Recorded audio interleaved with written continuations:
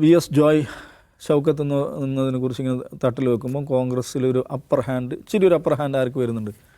ജോയ്ക്ക് വരുന്നുണ്ട്. പക്ഷേ ഇത് കോൺഗ്രസ്സാണ്. കോൺഗ്രസ്സിന് അത് മാത്രം നോക്കിയാൽ പോരാ. സാമുദായിക സമവാക്യം എന്ന് പറഞ്ഞിട്ടൊരു പ്രശ്നമുണ്ട്.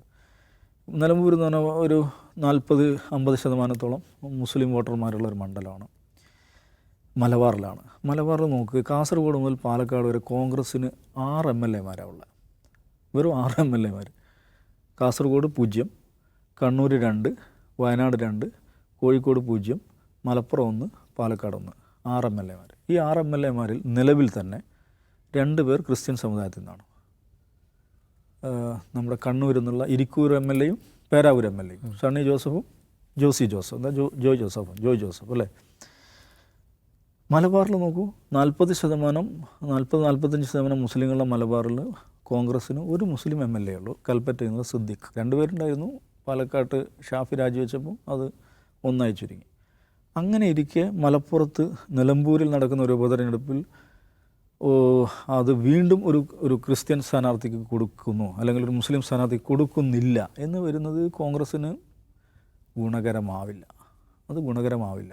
മാത്രം ഇപ്പം തന്നെ ചില മതസംഘടനകളുടെ ഭാഗത്തു നിന്ന് ആ നിലക്കുള്ള വയനാട് സീറ്റ് മുസ്ലിം സ്ഥാനാർത്ഥി ഇല്ലാതെ പോയി. അതിൻ്റെ അമർഷം പല ആളുകളും പ്രകടിപ്പിച്ചാണ്.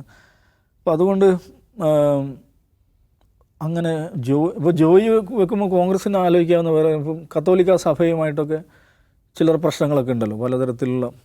യഥാർത്ഥത്തിൽ ആ പ്രശ്നം ഉണ്ടോ എന്നുള്ള വേറെ വിഷയം. ഈ എന്താ പറയുക, ക്രിസ്ത്യൻ ജനവിഭാഗത്തിനിടയിൽ അത്രയും വലിയ പ്രശ്നമില്ലെന്നാണ് ഞാൻ വിചാരിക്കുന്നത്. കാരണം കഴിഞ്ഞ ലോക്സഭയിൽ ഇടുക്കിയിലെ, പത്തനംതിട്ടയിലെ, എറണാകുളത്തെ, കോട്ടയത്തെ പെർഫോമൻസ് വെച്ച് നോക്കിക്കഴിഞ്ഞാൽ ഈ സോഷ്യൽ മീഡിയയിൽ കാണുന്ന തരത്തിലുള്ള പ്രശ്നമുണ്ടെന്ന് തോന്നുന്നില്ല. എനിവേ, അങ്ങനെ ഒരു ഇഷ്യൂ ഉണ്ടെങ്കിൽ അത് പാച്ചപ്പ് ചെയ്യാൻ നിലമ്പൂരിലൊരു സഭയുടെ സ്ഥാനാർത്ഥിയെ വെച്ചാൽ പരിഹരിച്ചേക്കും എന്നൊരു പക്ഷേ കോൺഗ്രസ് ആലോചിക്കുന്നുണ്ടാവും. പക്ഷേ അത് ജോയി വെക്കുന്നതുകൊണ്ട് കത്തോലിക്ക സഭ സംതൃപ്തരാണെന്ന് ഞാൻ വിചാരിക്കുന്നില്ല. ജോയി ഒരു ന്യൂ ജനറേഷൻ സഭയുടെ ആളാണ്, പെന്തക്കോസ്റ്റൽ സഭയുടെ ഭാഗമായിട്ടുള്ള ആളാണ്. അതുകൊണ്ട് ജോയി വെച്ചതുകൊണ്ട് കത്തോലിക്ക സഭയുടെ ഇഷ്ടം മേടിച്ച് കളയാം എന്ന് കോൺഗ്രസ് കരുതുന്നുണ്ടെങ്കിൽ അത് അത്ര ശരിയാവുമെന്ന് തോന്നുന്നില്ല. അപ്പോൾ ഇത് വളരെ കൺഫ്യൂസിങ് ആയിട്ടുള്ള, വളരെ സങ്കീർണമായിട്ടുള്ളൊരു ഒരു സെനാരിയോ ആണ്.